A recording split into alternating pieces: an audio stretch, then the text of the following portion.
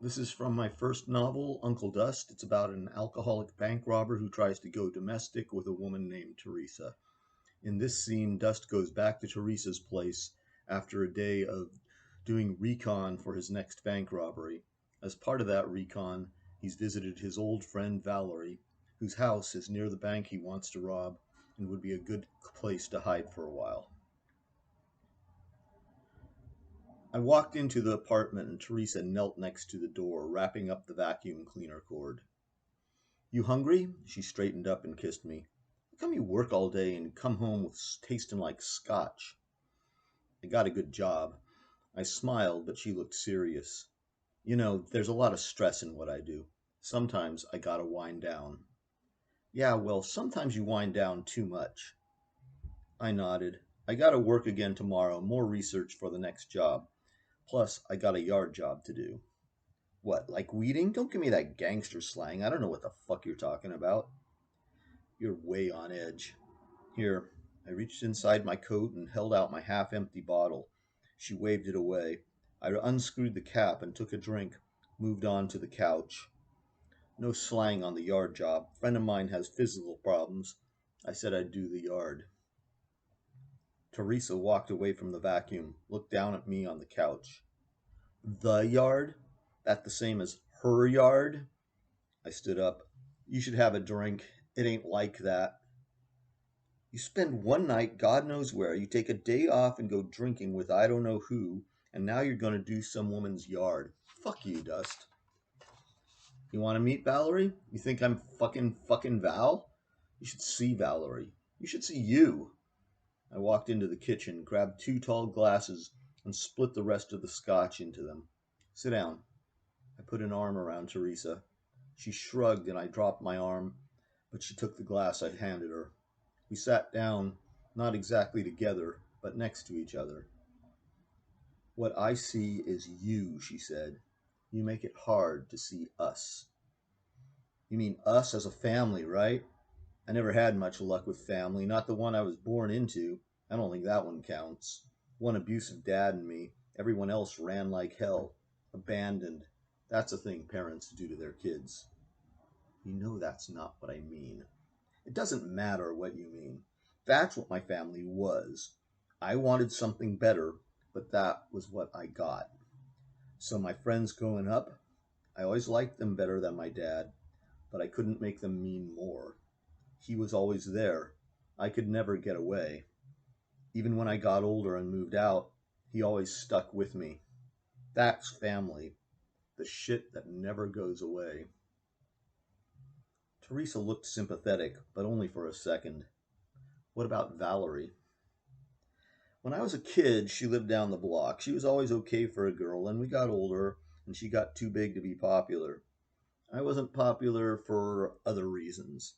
We hung out. She was my first girlfriend that mattered. That didn't last. We were fucking teenagers, for Christ's sakes. But her next boyfriend was this prick Lucas I used to run with.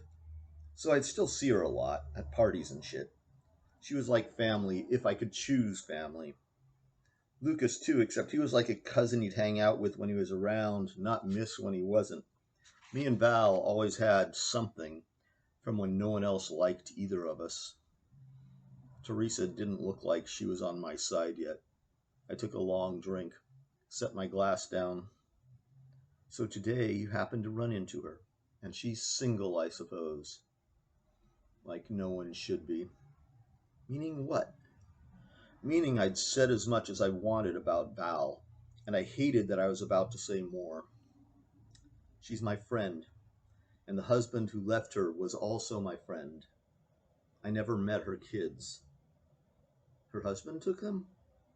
I lowered my head, shook it, raised it again. There'd be hope that way. My mouth was dry, so I took a drink, but I felt empty. I took another drink, but I knew it wouldn't fill me. She should have known better, but she asked, There's no hope? She's home alone one night with her kids. There's a break-in. The guy kills the boys and he rapes her, beats her up, and leaves her with her dead babies while he robs the place. Oh, Jesus. She still lives there. I do what I can.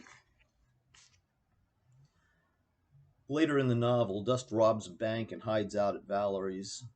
He's been shot in the arm and spent half what he stole getting his arm stitched up. By this point, he believes that Teresa's ex boyfriend may be a pedophile and after her son, Jeremy. Val has nothing to do with that. She has her own problems with children. Val coughed a while, put down the mineral water she'd been sucking back. Shit, it was hard hanging out with someone who didn't want to be reminded of reality. Her reality, one horrible night she couldn't get past. I lowered my glass. You know, when we were kids, I let it tail off. I was trying to change the subject, but it had started in her head. I saw her eyes rolling. I grabbed her by the shoulders. My shot arm hurt like hell, and I dropped it. This ain't about you. That boy, Jeremy, I gotta take care of him. There was no one there for me when I was a boy. Boys, Val murmured, and I didn't have a chance. She folded forward, and I hoped she'd throw up. She dipped her head toward her chest. Boys, she whispered, and tears fell. She wrapped her arms around her knees and lurched forward, and it was like when I poisoned Peach in the yard, except he must have hit a point where he knew he was going to die, and she just wanted to. All these years. I wanted to tell her to let it go. I knew it was the dumbest thing I could say. My old man, I said, he wanted to kill me every time he beat me, and I didn't know what else to say about that. Val sat hunched forward, shuddering, crying.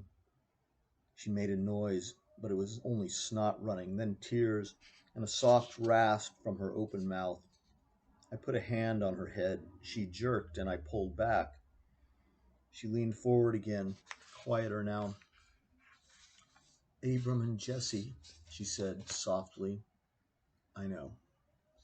But that, she couldn't go on, and she probably should have, but I didn't want to hear it. Her boys, or Peach, or the unfairness of it. I knew those things. I guess she could never be done with those things. If it was me, I thought the horror would fade, but it wasn't my horror. I didn't know shit. I wanted her to be past that for her own sake. Plus, now I couldn't tell her the worst things about my life because they were less than hers. She hadn't done anything wrong, and her husband left her. Not that he would have been any help when Peach broke in, but something would have been different. Maybe her boys would have lived. Instead, she watched them die. There wasn't a damned thing she could do. I didn't do anything either, I said. It wasn't my fault, like it wasn't. I wanted to talk about my innocence, my dad, but she cried and I shut up. Everything was too late. And Jeremy didn't do anything, I mumbled. I have to do something. Val looked up. What? To who? She knew what I meant without an explanation, without even listening. There's a guy. I shook my head. You know, some guys are just wrong. I'd see it in my dad's eyes, then he'd turn his head and hit me again, like he had to take me by surprise. You, she cried, you never loved. Tears came down some more. I wanted to. I didn't know what else to say. I looked down at my drink. Then it was out of my hands, the glass in both of hers, and Val pulled it back and took a solid shot. She coughed, and she spat out a little, but mostly she swallowed it. She never drank. I can't do shit, I said, and took my glass back. About what happened to you. I did what I could, and I wish I could stop with hating my dad. That don't work either. It's more complicated. Fuck. Val nodded, like I'd clarified something. I knew she hated and she'd been raped, and neither of those was the worst thing that happened to her. She lost her boys. Me and Dad was a different thing. He beat the shit out of me, tried to scare me into staying. I was all he had left. When Val was my girlfriend, she was my family. I never wanted to go home. She always needed something from me, not only protection, but I knew how to give that too. She was a little heavy in high school, and some kids said shit to her about it. Not while she was going with me. Now she was really large. We sat next to each other on the couch, but I didn't give a shit she was fat. I put my good arm around her.